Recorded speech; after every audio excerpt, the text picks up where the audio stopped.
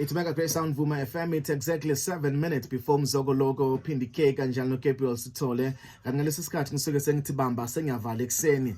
Bamba ke sengiyavala nanti ivesi ngilokushiya ngalo namhlanje ekseni before you can start your beautiful Thursday. 2 Corinthians 13 verse 14. May the grace of the Lord Jesus Christ and the love of God and the fellowship of the Holy Spirit be with you all. May the grace of the Lord Jesus Christ, the love of God, and the fellowship of the Holy Spirit be with you all this morning. Elokhuluma ngomusa kaNkulunkulu lethu sengathi umusa kaNkulunkulu ungaba nani nonke yini umusa kaNkulunkulu, the grace of God.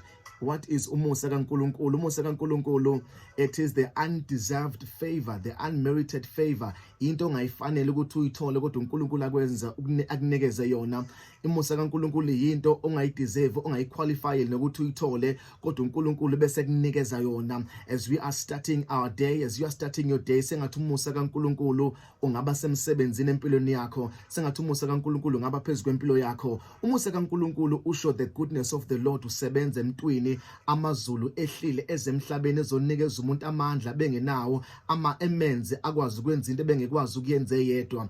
Umusa kaNkulunkulu lento ekwenza ukuthi bebaningi abaqualify njengawe, kukhona nabaqualify kangcono kodwa eyakhe application ivele idonswe ngaphansi uqasho unikeza umsebenzi. That is the grace of God. Engithi sengathi wona lowo musa ungaba nginawe namhlanje. Umusa kaNkulunkulu nithi nibaningi nizo apply nimele ulayini akaqashayo vele khombe nophakathi nabo, iwona lowo musa lowo kokwazi ukuthi ukhethe bantweni bebaningi.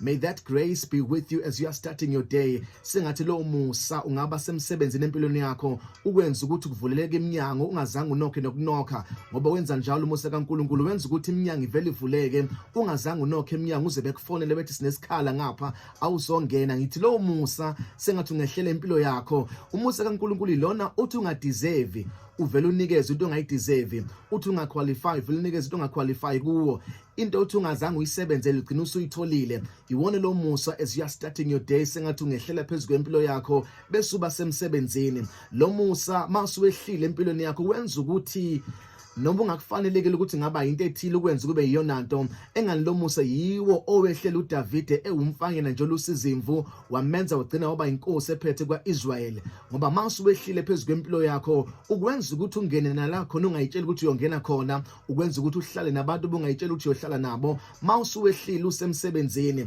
iwona lo musa owehlela uJosepha noma bemfaka emgodini uvela ukwenza ukuthi uphume emgodini, noma bekufaka ejele uvela ungakwazi ukuhlala ejele abakufaka kulona, ukwenza ukuthi uphume uziyofika uyophatha ube inkosi, ube prime minister. Iwona lo musa owehlela kuJosepha. Sengathi ungaba ngaphezulu kwakho lo musa noma bekuvalela uvela uthola intuba yokuphuma ungazi uphume kanjani, ukukhiphe lo musa.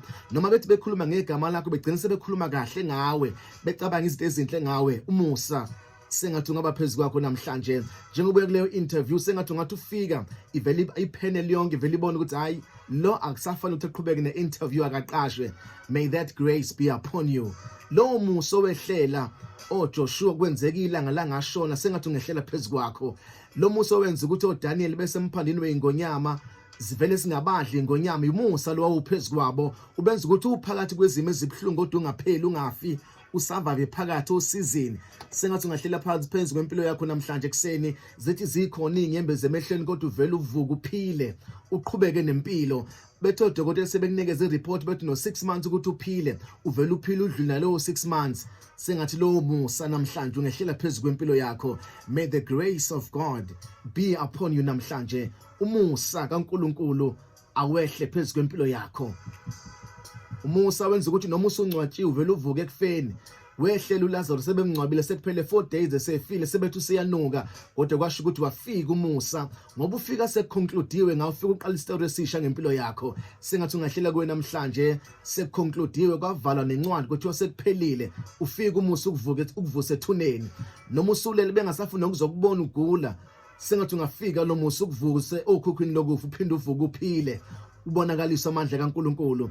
Iwona lo musa wanikeza uJob amandla, noma abafowabo nabangani bakhe sebethi akathuka uNkulunkulu, nonkosikazi wakhe sethi akathuka uNkulunkulu, kodwa umusa wamqinisa wamnikeza amandla. Sengathi ngawuthola ke namhlanje lo musa uku-empowerisha, ukunikeza amandla ukwazi ukuthi usurvive uphile. My name is Phumlani Nkwanyana. This is Mega Grace Hour on Vuma FM. You are blessed, you are favored, and you are set apart. Good morning, Mega Grace Nation.